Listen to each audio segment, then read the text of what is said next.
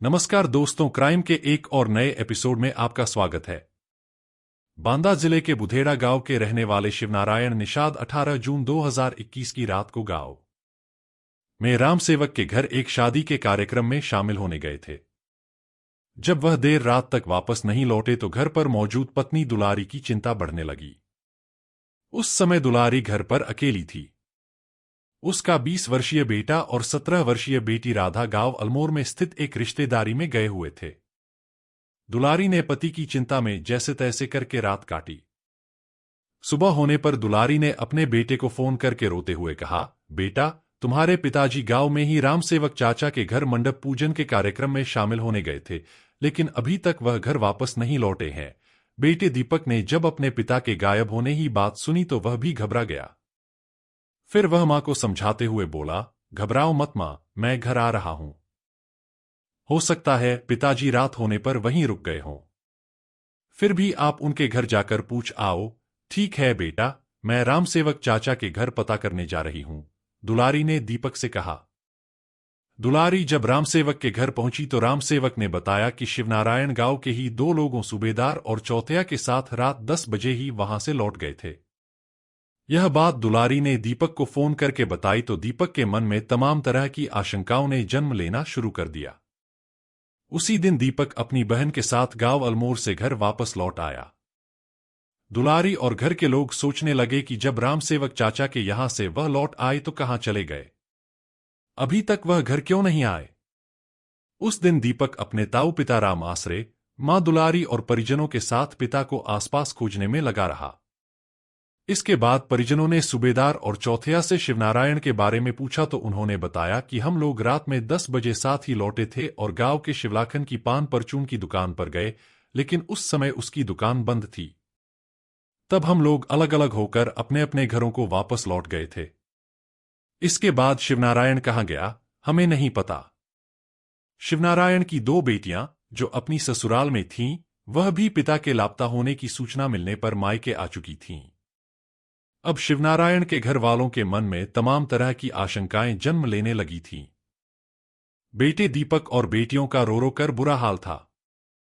इस दौरान बेटे ने अपने सभी रिश्तेदारियों में फोन कर उनके बारे में जानना चाहा, लेकिन सभी जगह निराशा ही हाथ लग रही थी।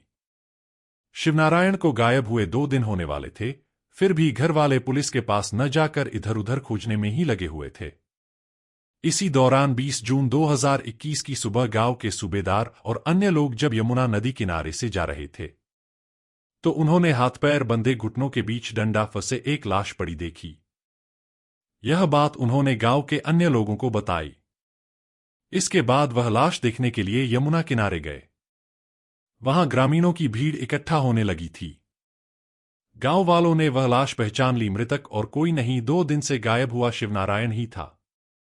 इधर ग्रामीणों ने नदी के किनारे लाश मिलने की सूचना स्थानीय थाने जसपुरा के थाना प्रभारी सुनील कुमार सिंह को भी दे दी। थाना प्रभारी सुनील इस घटना की सूचना अपने उच्चाधिकारियों को देने के बाद अपने मातहतों के साथ घटनास्थल पर रवाना हो गए। नदी के किनारे लाश मिलने की सूचना पाकर शिवनारायण निषाद के परिजन भी रोते बिलखते वहां पहुंच चुके थे। पति की लाश देखकर दुलारी दहाड़े मारकर रोने लगी। सूचना पाकर बांदा के एसपी अभिनंदन के अलावा एएसपी महेंद्र प्रताप सिंह चौहान, सीओ सदर सत्यप्रकाश शर्मा के साथ मौके पर पहुंच गए। पुलिस ने अपनी जांच में पाया कि लाश पानी में फूलकर उतराकर नदी के किनारे आई है। ऐसे में अनुमान लगाया कि शिवनारायण की हत्या 18 जून की रात में कर दी गई थी, क्योंकि पानी में पड़ा शव करीब 24 घंटे बाद ही उतराकर ऊपर आता है। थाना प्रभारी ने मौके पर फोरेंसिक टीम को भी बुलवा लिया। फोरेंसिक टीम ने वहां से कुछ सबूत भी जुटाए। पुलिस ने लाश को देखकर यह कयास लगाया कि हत्या में एक से ज्यादा लोग शामिल रहे होंगे, क्योंकि पुलिस को घटनास्थल पर ऐसा कोई निशान और न ही 2 पहिया व 4 पहिया वाहनों के टायरों के निशान मिले जिससे यह कहा जा सके कि हत्या इसी जगह पर की गई थी। इसी को आधार बनाकर पुलिस यह मान रही थी कि हत्या कहीं और की गई है। लाश को नदी में ठिकाने लगाने के उद्देश्य से यहां लाकर फेंका गया था। जिस समय बुधेड़ा गांव में पुलिस अधिकारी व थाने की पुलिस घटनास्थल का मौका मुआयना कर रही थी, पुलिस को वहां जमीन पर खून पड़ा भी दिखा। साथ ही कुछ दूरी पर चूड़ियों के टुकड़े भी बरामद हुए थे। जिन्हें फोरेंसिक टीम ने अपने कब्जे में ले लिया।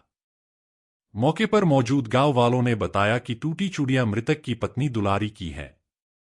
उनका कहना था कि मामले की जानकारी होने पर दुलारी वहां बैठकर रो रही थी।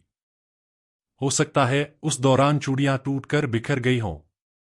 लेकिन पुलिस किसी भी साक्ष्य को हल्के में नहीं ले रही थी, इसलिए वहां मौजूद हर संदिग्ध वस्तु को अपने कब्जे में ले रही थी। इस दौरान हत्या से जुड़े साक्ष्यों को इकट्ठा करने के लिए पुलिस ने शव मिलने वाले स्थान से पैदल ही नदी किनारे करीब 1.5 किलोमीटर तक छानबीन की, लेकिन वहां से पुलिस को कोई अन्य और खास सबूत नहीं मिला। पुलिस ने जरूरी साक्ष्यों को इकट्ठा करने के बाद लाश पोस्टमार्टम के लिए भेज दी। इस दौरान पुलिस ने परिजनों से शिवनारायण के घर वालों से किसी से रंजिश होने की बात पूछी तो उन्होंने बताया कि उनकी किसी से कोई रंजिश नहीं थी। दोपहर तक पुलिस को पोस्टमार्टम रिपोर्ट भी मिल गई थी।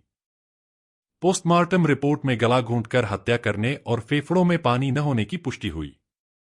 इसके बाद पुलिस ने शिवनारायण के बेटे दीपक की तहरीर पर हत्या का मुकदमा भादमवी की धारा 302 व 201 के तहत दर्ज कर लिया। रिपोर्ट दर्ज करने के बाद थाना प्रभारी सुनील कुमार सिंह ने एसपी के निर्देश पर जांच के लिए एक टीम गठित की, जिसमें कांस्टेबल शुभम सिंह, सौरभ यादव, अमित त्रिपाठी, महिला कांस्टेबल अमरावती व संगीता वर्मा को शामिल कर जांच शुरू की। थाना प्रभारी सुनील कुमार सिंह को शुरुआती पूछताछ में मृतक शिवनारायण के बड़े भाई राम आसरे और बेटे दीपक ने बताया कि 6 महीने पहले गांव के ही एक दुकानदार ने शिवनारायण से विवाद किया था और धमकी दी थी। इसके बाद पुलिस दुकानदार और रात में दावत में साथ रहे व लाश मिलने की सूचना देने वाले सूबेदार सहित 4 लोगों को पूछताछ के लिए थाने ले गई। लेकिन पुलिस को उन लोगों से पूछताछ में ऐसी कोई बात नहीं मिली जिससे उन पर हत्या का शक किया जा सके। जसपुरा थाना प्रभारी सुनील कुमार सिंह शिवनारायण निषाद के हत्या की हर एंगल से जांच कर रहे थे।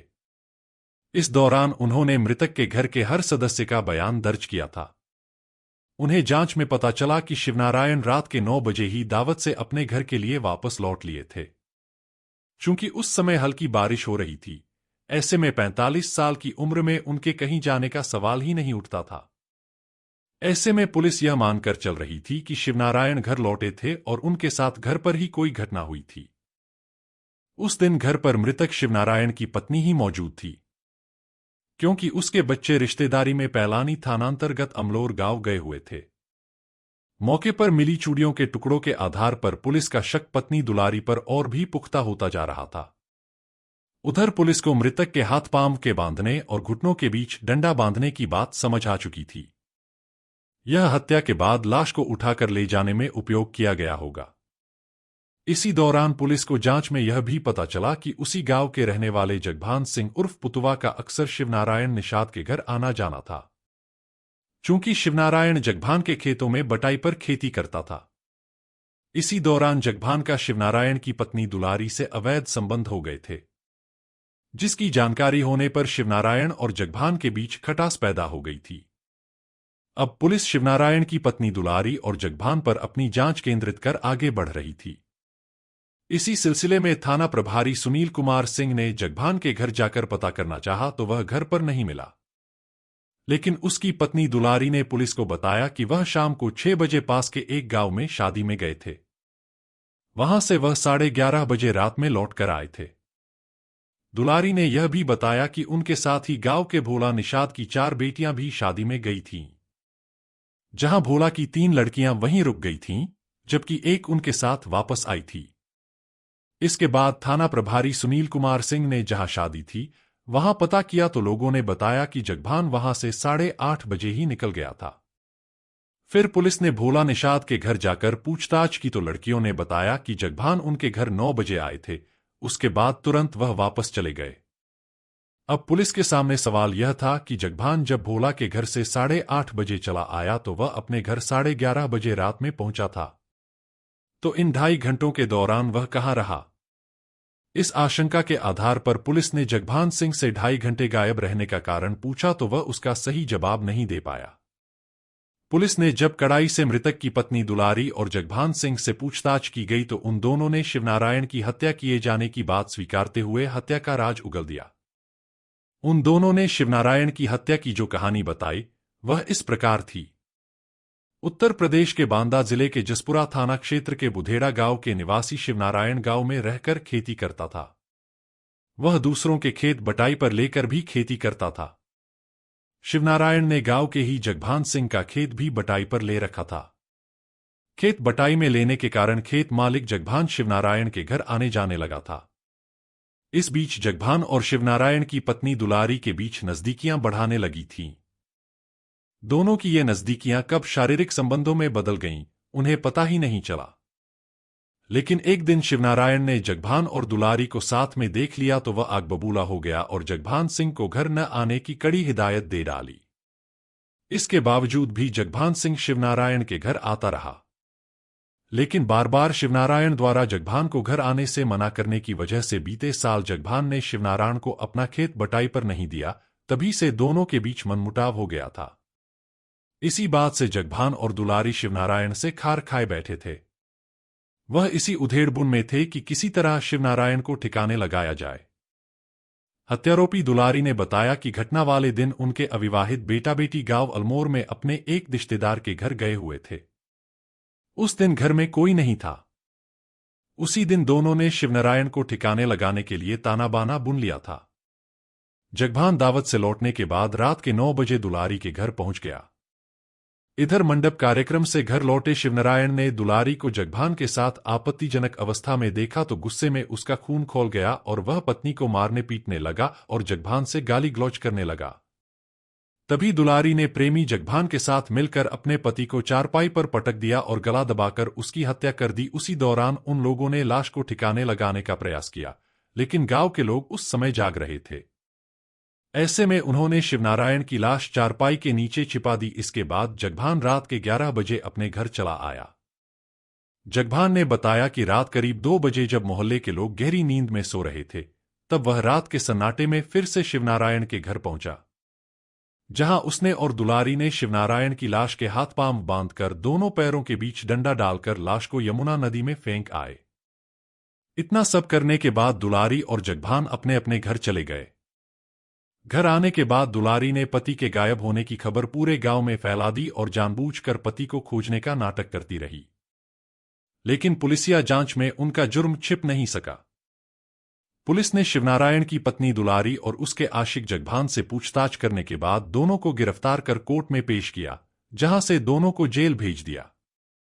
वहीं एसपी अभिनंदन ने इस सनसनीखेज हत्याकांड का खुलासा करने वाली पुलिस टीम को इनाम देने की घोषणा की है।